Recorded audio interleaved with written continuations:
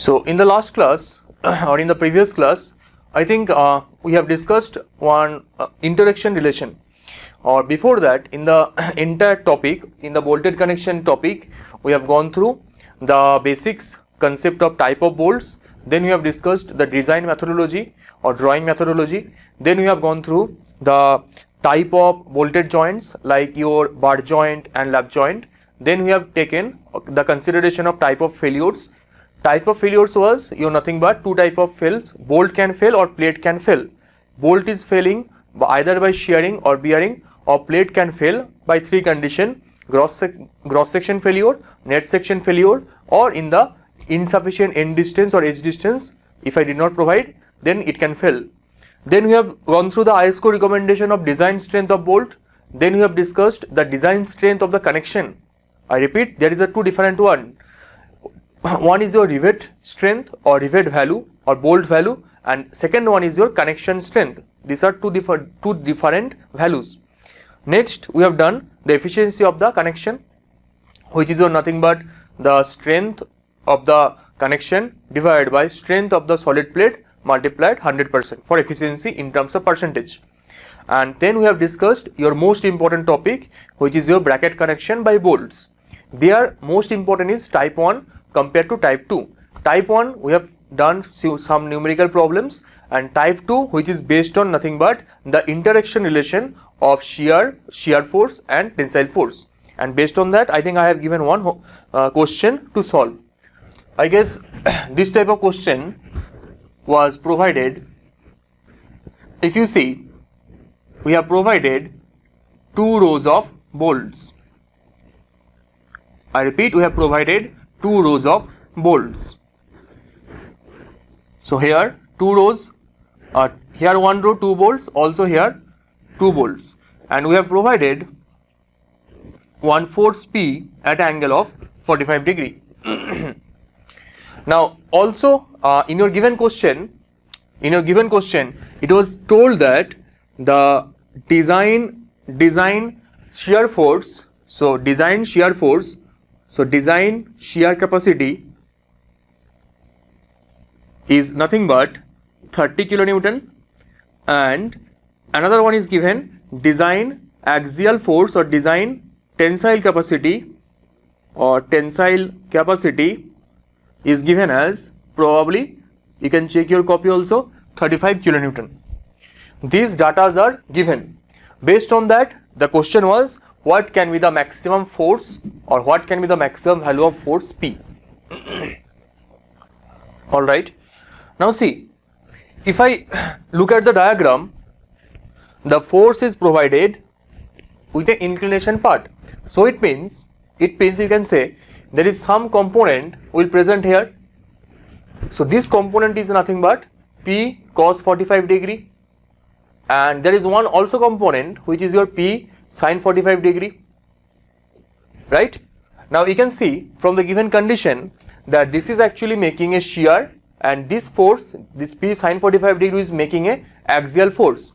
So you can say this is shear value or shear force value, and this is your nothing but axial force value, right?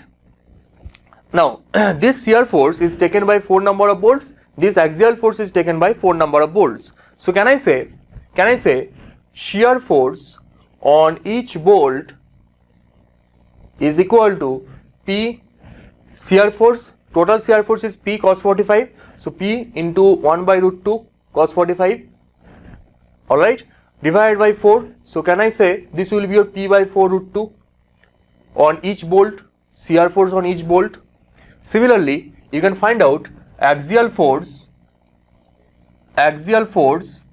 on each bolt, which is equal to again you can see P sin 45, so it means P into 1 by root 2 divided by 4 number of bolts, so 4 equal to P by 4 root 2.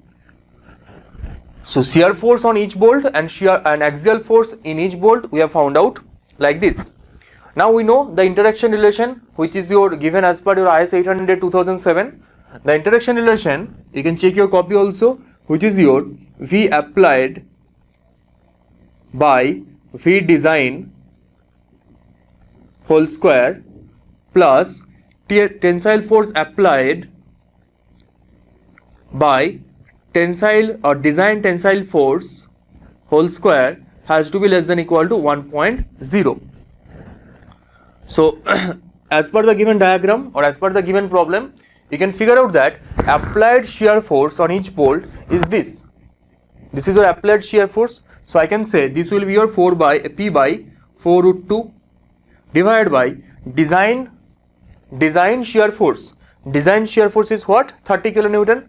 So 30 whole square plus applied tensile force, same, P by 4 root 2 divided by design tensile force, which is your nothing but 35 whole square less than equal to 1.0. So from here we can find out the value of P. Everyone please find out the value of P quickly. So we can write down here P square outside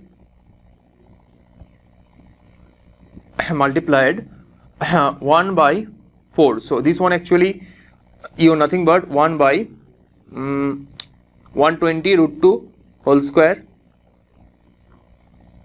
plus this one also same 1 by 140, yeah, 140 root 2 whole square less than equal to 1.0. 128 kilonewton, 128.85.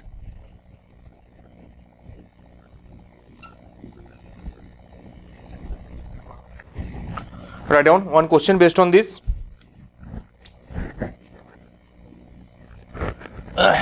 Which of the following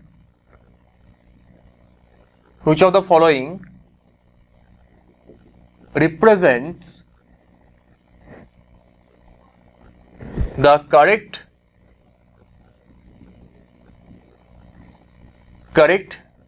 interaction relation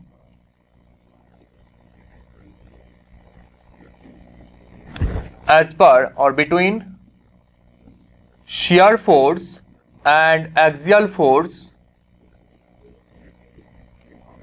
as per IS 800/2007.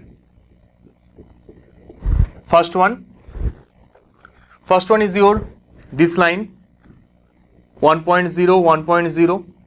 Number 2, this line which is your this is 1.0 1.0. Option C, this is given like this way.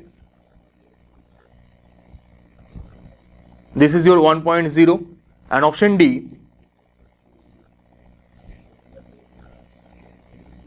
this one. Tell me quickly, which of the following curve represents the interaction relation between shear force and axial force? Quickly. Okay, now see everyone in the figure. First one, this is representing nothing but a line. It is the equation of a line. This is the equation of a circle.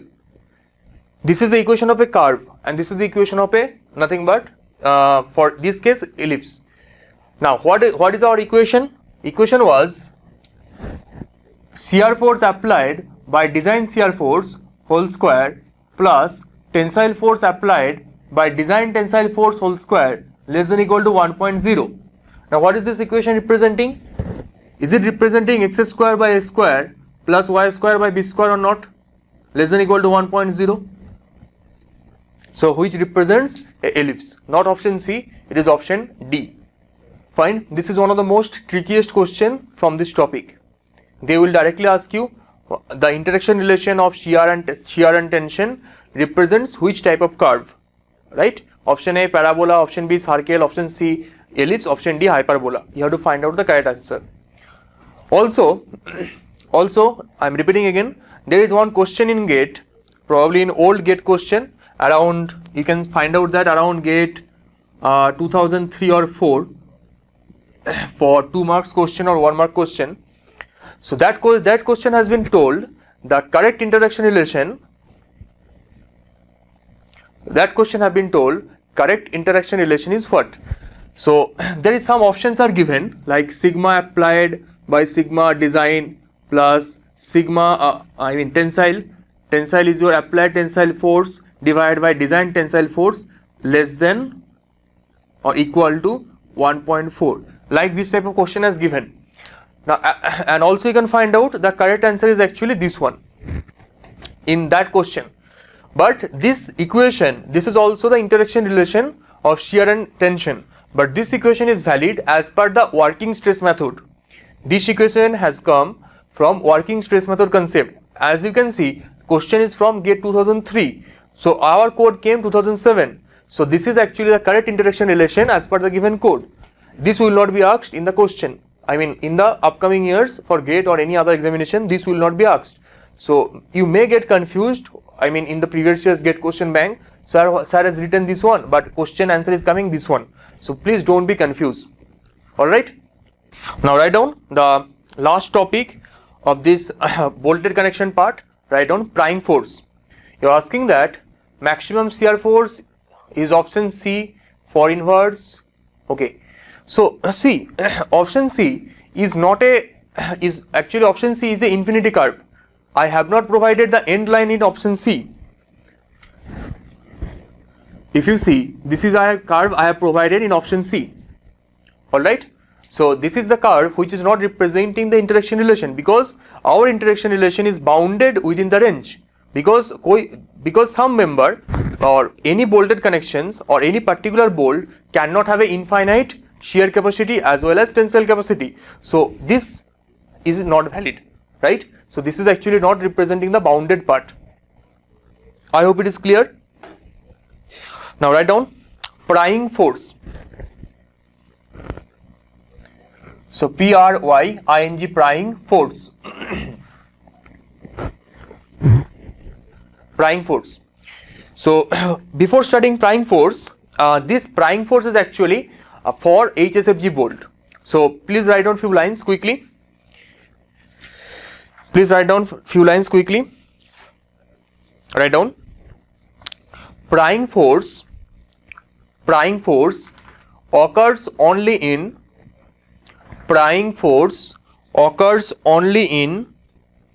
HSFG bolt. Occurs in HSFG bolt, comma,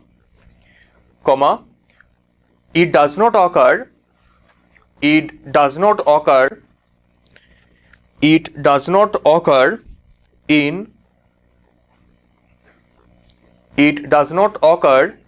ordinary bolts. Full stop.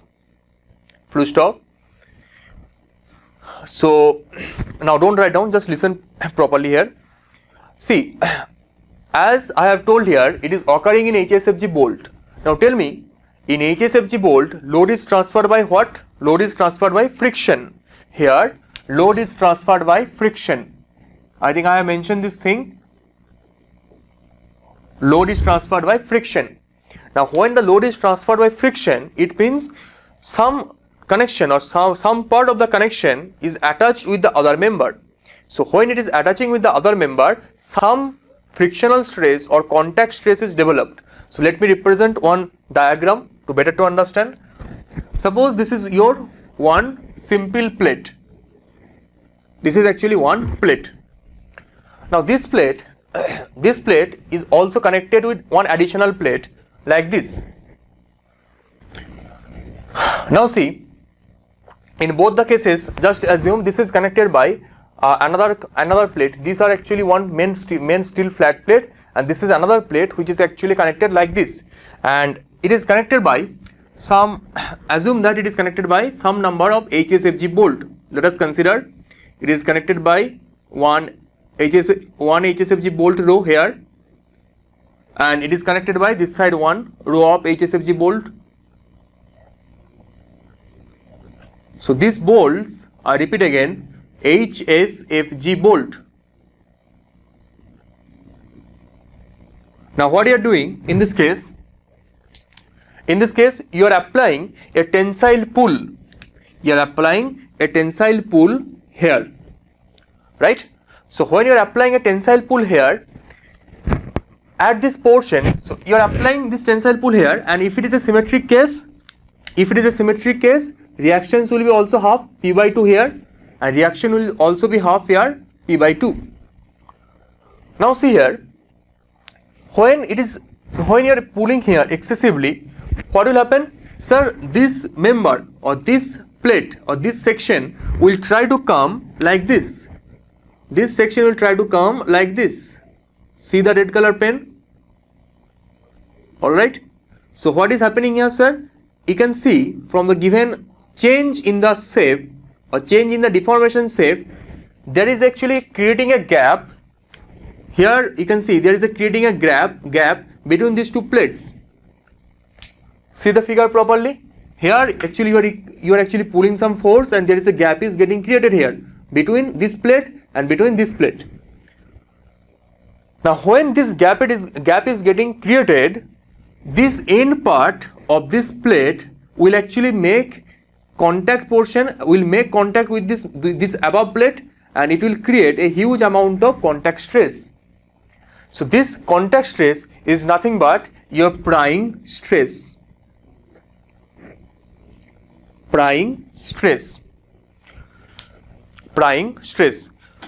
So let me give you a practical simple example. Just imagine when two wooden planks are attached with one another. So what we will do? Just imagine that two wooden planks are attached with one another. This is one. Assume that this is also one. Two wooden planks are attached with one another. This is one. This is also one. Now when this is one other portion, so here just assume that you are connected with a bolt. Now when I want to separate them, what I will do? I will pull here. So when I will making a pull, you can see, or in your home also you can see, there is a bolt is connecting this plate and this plate. And when you are actually pulling here, and there is a gap is getting created suddenly. When this gap is getting created here, so this side is making a huge amount of stress, or this side huge amount of area is getting contacted with the bottom plate. So this is your nothing but its contact stress, which is your nothing but prying stress. So please write down few lines based on that. Write down quickly. So you have written it is occurring in HSFG bolt. So first draw the diagram. So write down, if we apply a tensile pull,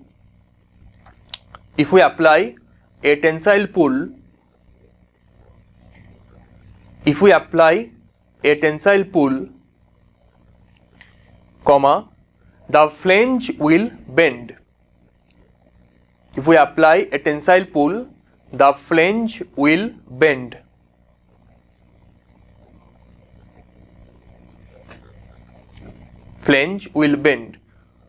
And the outer side of the flange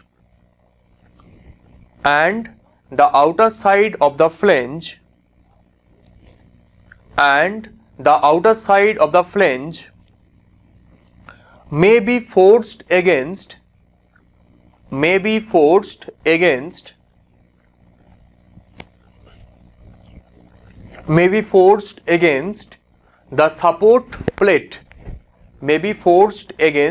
the support plate. This one, forced against the support plate. Full stop.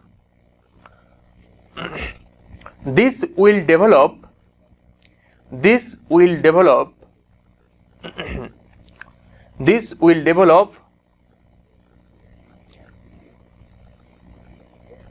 contact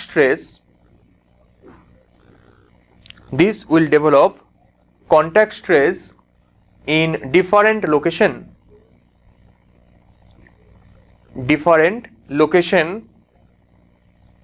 which is known as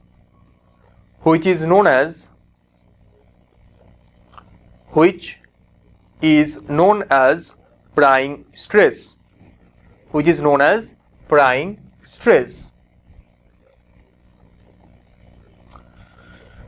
Full stop.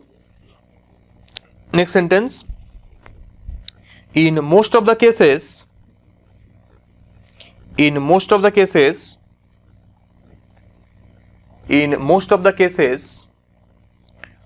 connections subjected to tensile force. In most of the cases, connection subjected to tensile force. Hence the flexibility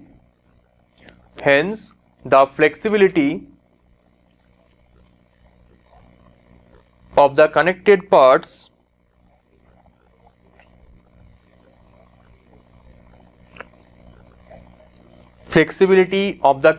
parts can lead to deformation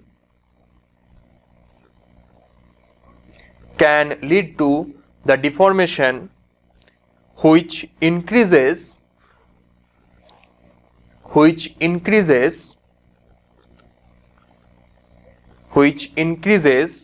the tension applied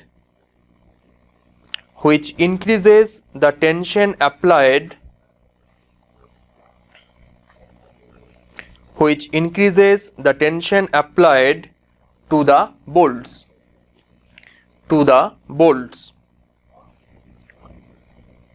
This additional tension